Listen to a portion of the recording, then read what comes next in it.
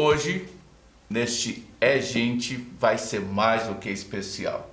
Vou falar com ela, que é uma grande amiga, uma profissional de mão cheia.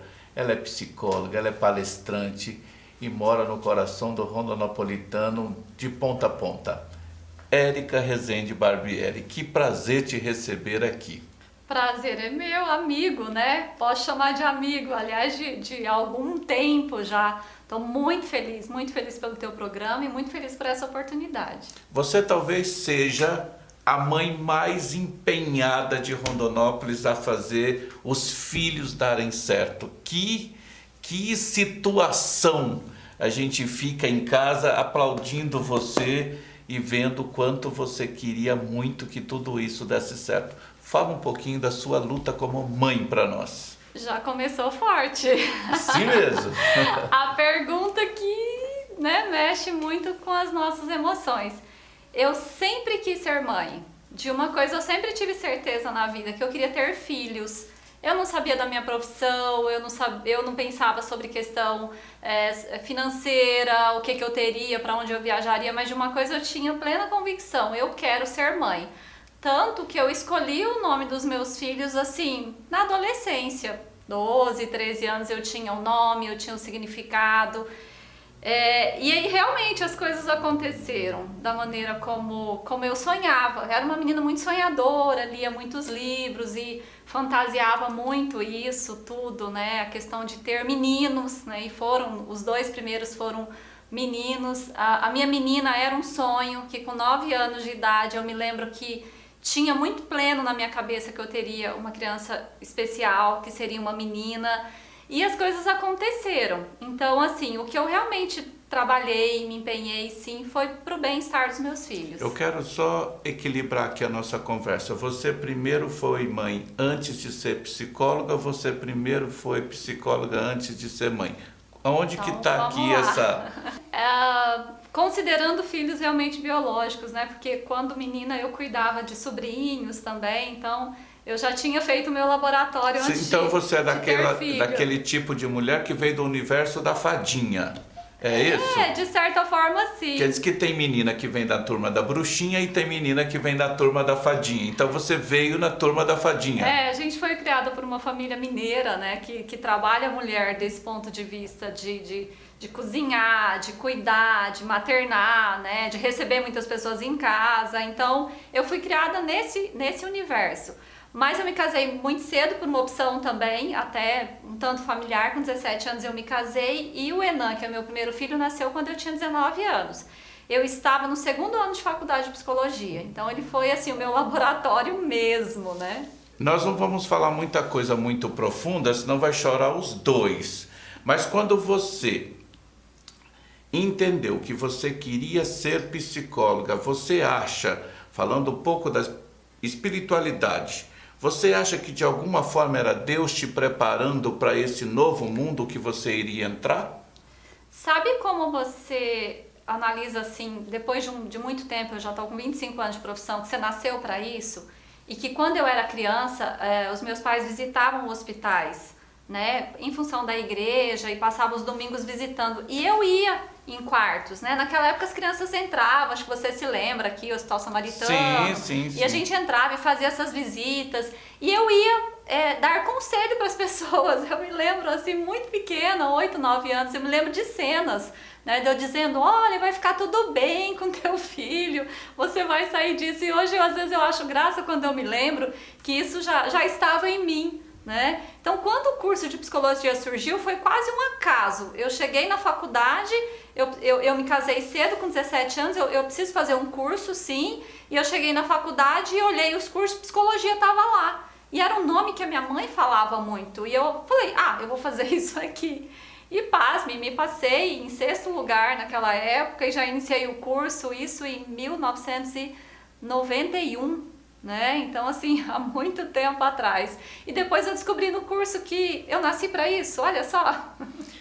Eu sei, Érica, que daqui na terceira pergunta, a 4ª pergunta, a gente volta lá. Mas eu quero dizer para você o quanto o teu trabalho eu não quero nem dizer da porta para dentro, eu quero dizer da porta para fora, o quanto o teu trabalho ajudou pessoas. Isso também fez parte de uma missão na sua vida, porque você não é só a psicóloga pagante, você é a psicóloga que socorre pessoas. Como foi isso na tua vida? Olha só, amigo, eu acho que é nisso que a gente se identifica, viu? Acho que desde os nossos primeiros contatos, talvez é isso que mantém a gente unida há muito tempo, porque eu não sou a única que faço isso com a profissão. Você faz e faz muito bem. E, aliás, me procurou sempre por isso, certo? Certíssimo.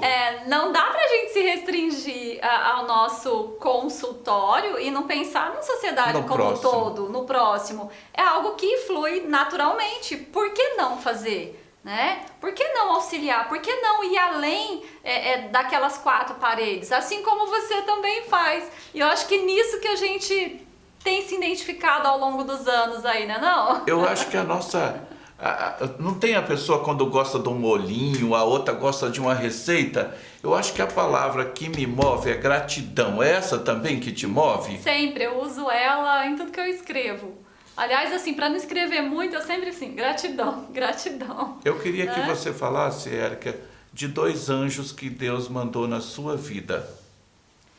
São 3, né? É 3? São 3, porque o do meio é muito especial na nossa vida, justamente porque ele faz isso, assim, ele faz ele traz essa harmonia dos 3, né? Então, dos outros 2. O Enan tem 28 anos, é médico aqui na nossa cidade, trabalha bastante, aliás, e ele nasceu com autismo leve, né? Que é uma forma diferente dele ver o mundo. E você percebeu isso já no primeiro ano? Muito cedo. Assim, o Enan eu estava na faculdade já, e aí eu estudava um pouco, na época era um diagnóstico assim, que já foi ultrapassado, e eu falava assim, olha, ele é diferente. E eu até levei para colegas na época avaliar, e elas avaliaram ele, e já naquela época nós já tínhamos um diagnóstico, mas com outro nome, né? Uma outra denominação que depois modificou e se tornou o que a gente tem hoje de autismo leve.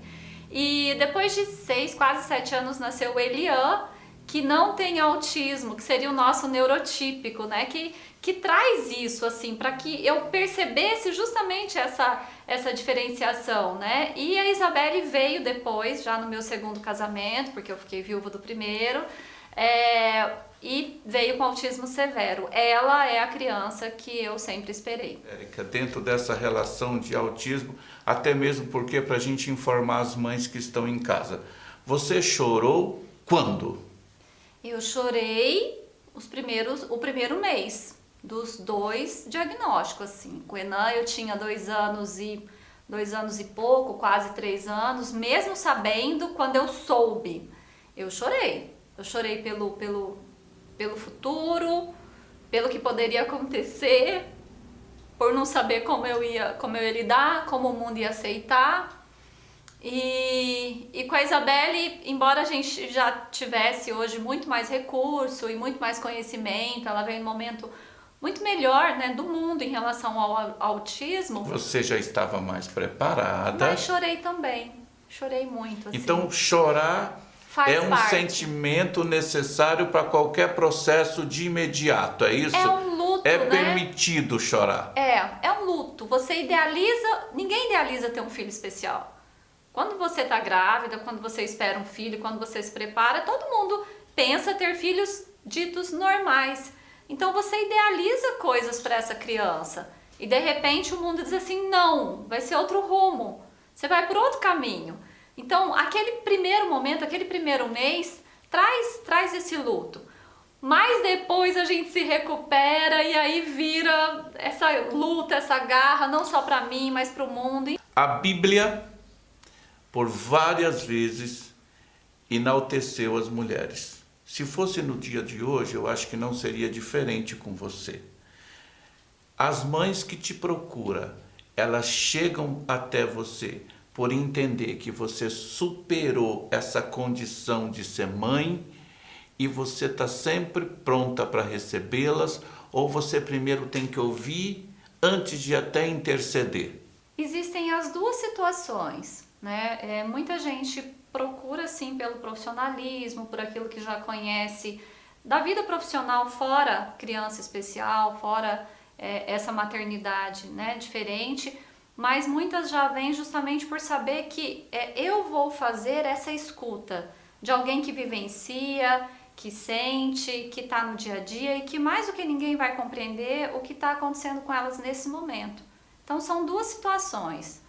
Você, dentro da sua fala, você foi conquistando uma credibilidade que foi quebrando barreiras e, ao mesmo tempo, você foi conquistando pessoas.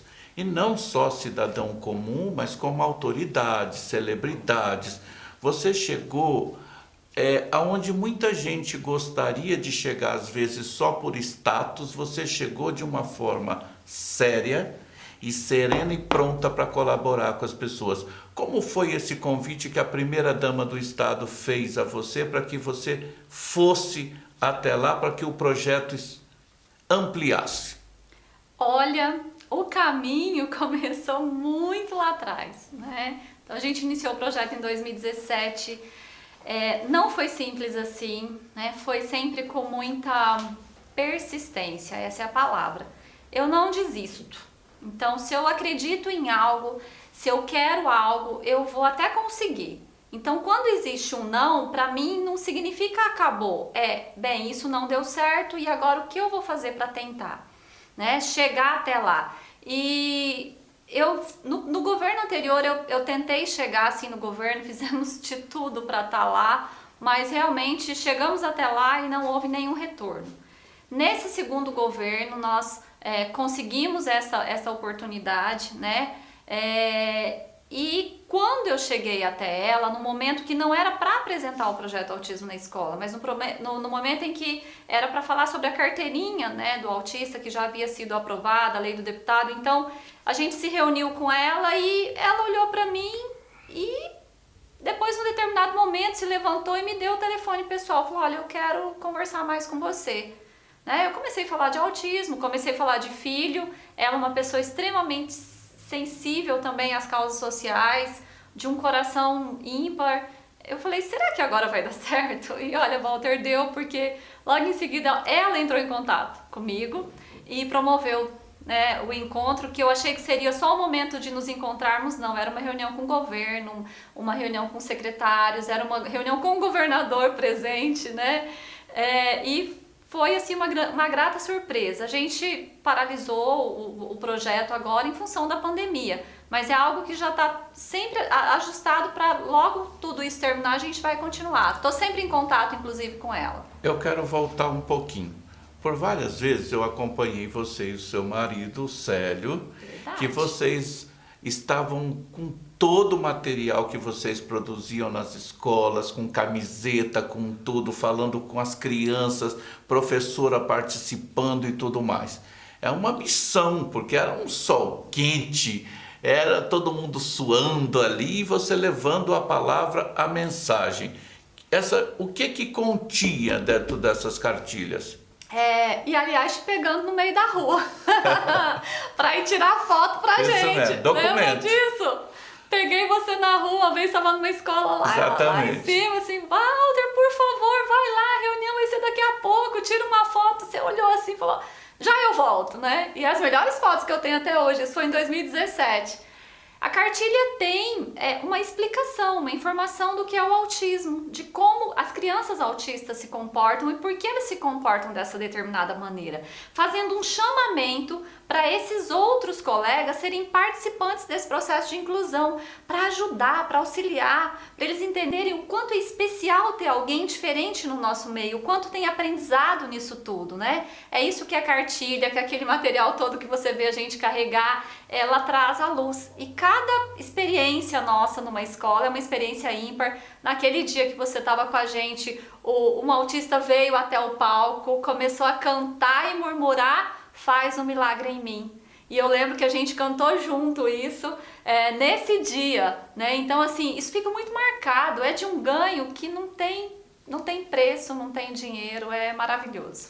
Eu vou fazer uma outra citação aqui sobre o seu trabalho. Você aqui em Rondonópolis foi fazendo todo um trabalho de formiguinha e você ganhou um presente que às vezes muita gente gostaria de estar e não pode, ou não tem material que leva a coisa para frente, mas você recebeu um convite da Globo pela Fátima Bernardes, que para nós foi de um orgulho muito grande. Fala um pouquinho disso para gente. Não podia contar na época, né? Também foi um trabalho de formiguinha mesmo, porque a gente já vinha entrando em contato com eles dizendo do trabalho, do que a gente vinha realizando. E você sabe como são produtores, às vezes eles te respondem e-mail, às vezes eles não te respondem, mas lá estava eu todo mês dizendo, olha, eu estou aqui, eu existo, sou do Mato Grosso, o nosso trabalho, né, segue. Então eu não parei até que esse convite chegou. E eu me lembro muito bem no dia lá do programa, o programa foi inclusive ao vivo, né, é ao vivo, e a moça colocou pra gente, uma hora dá certo, a própria produtora, né? Então foi maravilhoso, assim, mas foi resultado dessas tentativas que eu geralmente faço na vida até conseguir. Hoje tem uma média, tanto em Rondonópolis quanto no Mato Grosso e no Brasil, uma média de quanto o autista tem? Esses dados estatísticos, eles vêm modificando ao longo dos anos. Então, hoje a gente tem que a cada 56 nascimentos, uma pessoa tem autismo. Eles se alteram muito mais em função da melhora do diagnóstico, né? Hoje em dia as pessoas têm muito mais esse olhar, já percebem esse diferencial, né? O autista ele tem uma questão relacionada à teoria da mente, a perceber o outro, a compreender a linguagem corporal que se usa, a questão da compreensão. Então, hoje o diagnóstico melhorou muito. Então, assim, em Rondonópolis, nós teríamos aí umas 50 famílias que devem estar cadastradas na associação, possivelmente cerca de 600 pessoas com autismo, mas os dados mesmo, nós acreditamos que o IBGE, incluindo agora nesse censo 2020, que eu não sei quando ele vai acontecer, dados sobre autismo, a gente vai ter um pouco mais certeiro, né? Fala-se em 2 milhões de pessoas com autismo no Brasil, por exemplo. O autismo 1%. Ele vai em que média, Eric? Ele começa, igual você falou, do leve e ele vai de 1 até quanto? Do 1 ao 3, né? Então é o leve, grau 1, grau 2 moderado e grau 3 seria o grau severo.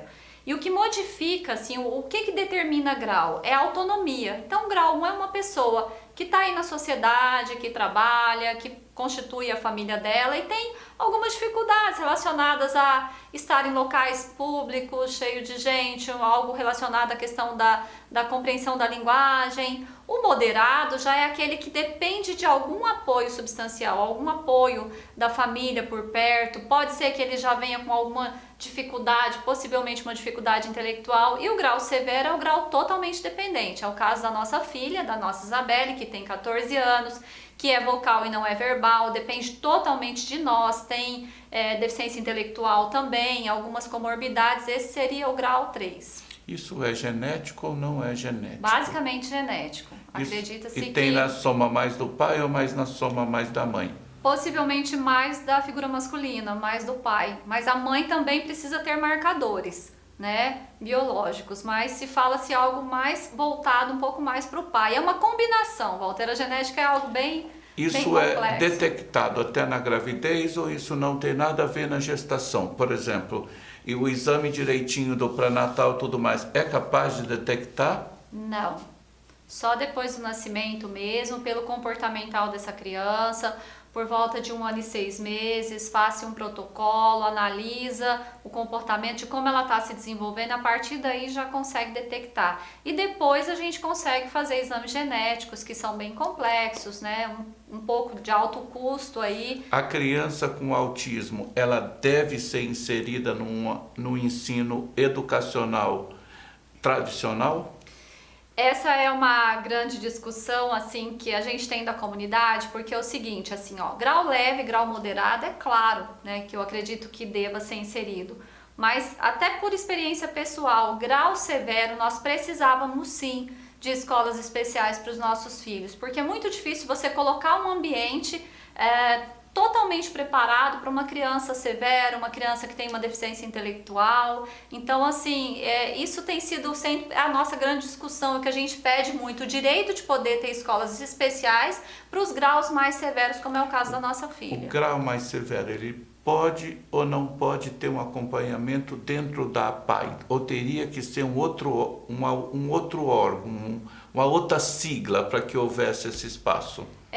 A gente tem uma admiração imensa pela APAI, né? A gente vê que eles fazem o que podem, é um trabalho incrível, mas a gente percebe que tem essa dificuldade de ter abertura de vaga, de ter essa adaptação para crianças autistas. Então, o que a gente pede, solicita, o que a comunidade está sempre buscando é clínica e escola do autista, especificamente voltada para o autismo, justamente em função dessas dificuldades sensoriais que o autista apresenta, de toda essa questão de compreensão de linguagem. Então, seria uma escola especializada especificamente para o autismo. Com profissionais preparados para tal. Para atender autistas.